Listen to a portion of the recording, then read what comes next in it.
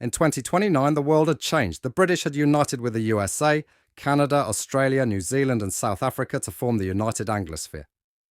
Deep underground, in an abandoned office complex that extended to the mantle of the earth, lived a legend, Laganal Femur Longal.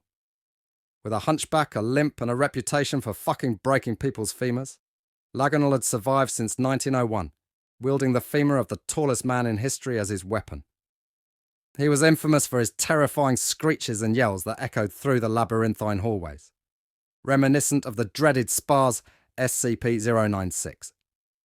Laganal's underground lair, once used by top-secret agencies like MI5 and the CIA, was a labyrinth of dark hallways. Few dared to venture into its depths, but tonight a group of retarded teenagers decided to go urban exploring, or urbexing. The group consisted of 5 friends: Mark, Cindy, Alex, Jimmy Nylon, and Rebecca.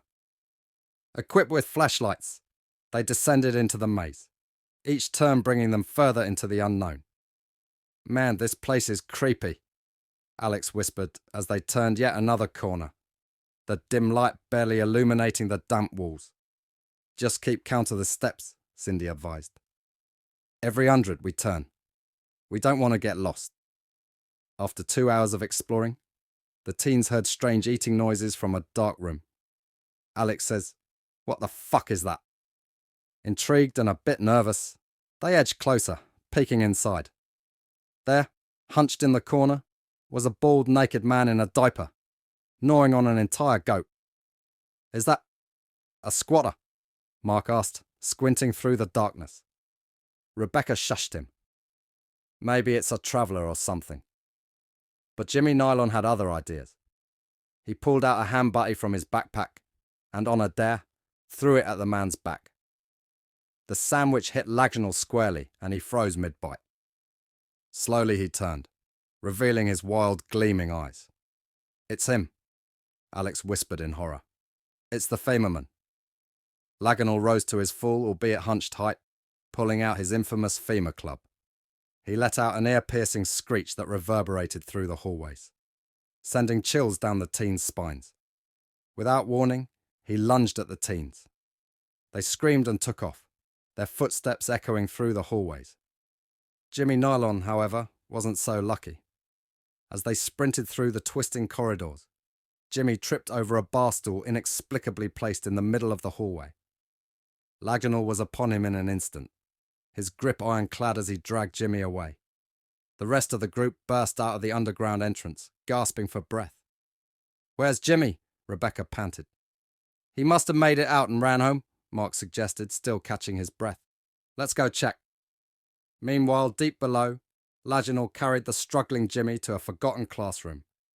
With surprising gentleness, he shoved Jimmy under the teacher's desk and locked him in a small safe, leaving an MRE, meal ready to eat, beside him. "Stay put," Laganal growled, his voice echoing eerily in the small space. "I'll deal with you later." Jimmy, bewildered and terrified, listened as Laganal's footsteps faded. Trapped and alone, he clutched the MRE and tried to figure out a way to escape. Above ground, the rest of the teens reached Jimmy's house, only to find it dark and empty. Panic set in as they realized the truth. Jimmy was still down there, with the Femurman. "We have to go back," Cindy declared. "We can't leave him there." With a mix of dread and determination, they armed themselves with makeshift weapons, baseball bats, a crowbar, and a kitchen knife, and headed back to the underground labyrinth. This time they were ready for a fight. Laganal, back in his lair, sensed their return. With a sinister grin, he prepared for the hunt, the femur club in hand. The stage was set for an intense showdown in the depths of the earth, where the echoes of history and the present collided in a battle of survival. The teens, hearts pounding, ventured deeper into the dark, their flashlights flickering ominously. Every sound seemed amplified, every shadow a potential threat. They knew they had to find Jimmy and get out before the Femurman found them. As they turned a corner, they saw him, Laganal, standing still, his eyes glinting with malice. With a roar he charged, the femur club swinging. The teens scattered, dodging his wild swings, the underground maze echoing with the sounds of their desperate struggle. Mark and Alex managed to distract Laganal long enough for Cindy and Rebecca to locate the classroom. Inside, they found the desk and pried open the safe, freeing a shaken but unharmed Jimmy. "Let's go," Rebecca urged, and they bolted for the exit. Laganal, unable to leave the depths he called home, let out a frustrated howl that echoed through the tunnels.